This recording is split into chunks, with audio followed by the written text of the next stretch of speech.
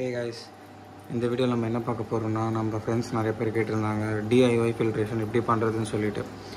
So இப்போ நான் பண்ண போகிறது கிடையாது, நான் ஆல்ரெடி பண்ணதை மட்டும் உங்களுக்கு எல்லாமே காட்ட போகிறேன். நான் இப்போ இந்த டேங்க் பார்த்தீங்கன்னா கிட்டத்தட்ட 3 வீக்ஸ் ஆகுது க்ளீன் பண்ணி.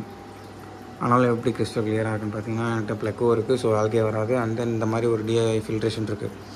ஸோ இந்த ஃபில்டர் பார்த்தீங்கன்னா 2000 லிட்டர்ஸ் வாட்டரை வந்து 1 மணி நேரத்துக்கு ஃபில்டர் பண்ணும். ஸோ இந்த ஃபில்டர் மூலமாக தண்ணி அது உள்ளே போகுது, அதுலேருந்து இங்கே வருது. இதுதான் ப்ராசஸ், ஓகேவா? இந்த மோட்டரை வந்து நீங்கள் வாங்கணும், இந்த மாதிரி பவர் ஹெட், நல்ல பவர் ஹெட்டாக வாங்கணும். அதுக்கப்புறம் அதில் என்ன இருக்குதுன்னு பார்த்தீங்கன்னா, இப்போது டர்ட்டாக இருக்கும். இதில் வந்து ஒரு ஃபர்ஸ்ட் லேயர் வந்து ஸ்பாஞ்ச், செகண்ட் லேயர் வந்து ஆக்டிவேட்டட் கார்பன் இருப்பீங்க. அதுக்கப்புறம் கீழே பார்த்தீங்கன்னா அதுக்கு கீழே ஒரு ஸ்பாஞ்ச், அதுக்கு கீழே செராமிக் ரிங்ஸ், அதுக்கு கீழே ஸ்பாஞ்ச், அதுக்கு கீழே வந்து ப்ரோக்கன் பாட்ஸ் அதெல்லாம் இருக்கும். இது எல்லாமே வந்து ஒரு நல்ல பெனிஃபிஷியல் பாக்டீரியாவை ஸ்டோர் பண்ணி வச்சுக்கிறதுக்காக யூஸ் பண்ணுறது. ஸ்பாஞ்ச் வந்து டர்ட்டெல்லாம் ஃபில்டர் பண்ணணும். எவ்வளோ டர்ட் இங்கே ஃபில்டர் ஆகிருக்குன்னு நீங்களே பாருங்கள்.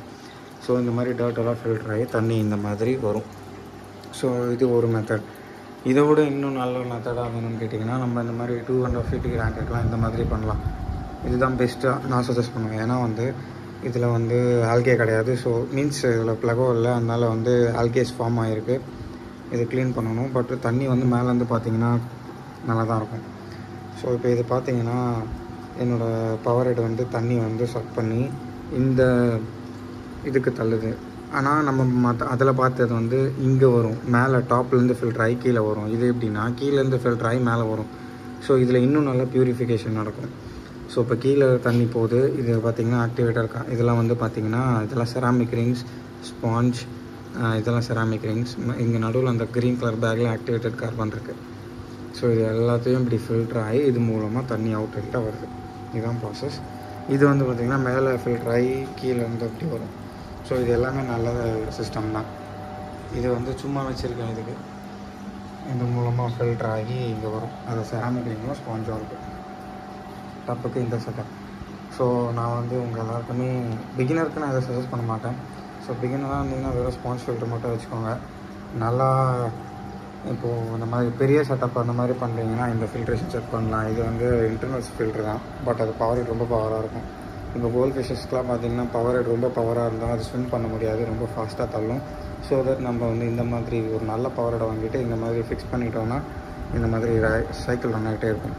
அண்டு செகண்ட் திங் பார்த்திங்கன்னா, இன்னொரு விஷயம் பார்த்திங்கன்னா, தண்ணி வந்து நீங்கள் வாட்டர் சேஞ்ச் பண்ணுறப்போ இதை பண்ணாதீங்க. ஏன்னா வாட்டர் சேஞ்ச் பண்ணுறப்போ பெனிஃபிஷியல் பாக்டீரியாஸ் கம்மியாகிடும். ஸோ இதில் இருக்க பெனிஃபிஷியல் பாக்டீரியாஸ் இதுக்கு யூஸ் ஆகும்.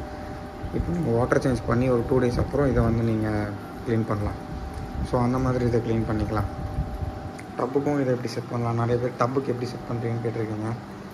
மற்ற ஃபில்டர்லாம் வந்து அட்டாச் பண்ணிக்கலாம். இது வந்து டப்பு, பாண்ட் அந்த மாதிரிக்கான ஃபில்டர். இது கொஞ்சம் காஸ்ட்லி.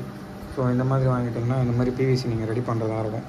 நான் ஒரு அதுக்கு ஃபிட் ஆகிற மாதிரி ஒரு பிவிசி ரெடி பண்ணி இங்கே ஒரு எல்லை வச்சு இங்கே ஒரு எல்லை வச்சு ஃபிக்ஸ் பண்ணியிருக்கேன். இது வந்து நான் வெளியே சிமெண்ட் கோய் பாண்டுக்கு யூஸ் பண்ணது. இப்போ கோய் பாண்டும் கிடையாது, கோயும் கிடையாது, எல்லாமே ஒரு ஆக்சிடென்ட்னால் இறந்துருச்சு. அண்ட் தென் எல்லாமே ஒரு லெசன் தான். அது வந்து பவர் கட்டை ஒரு 2 days. ஸோ என்னால் ஒன்றும் பண்ண முடியாது. அப்போ நான் ஊர்லேயும் இல்லை, என் வீட்டில் என்கிட்ட சொல்லவும் இல்லை.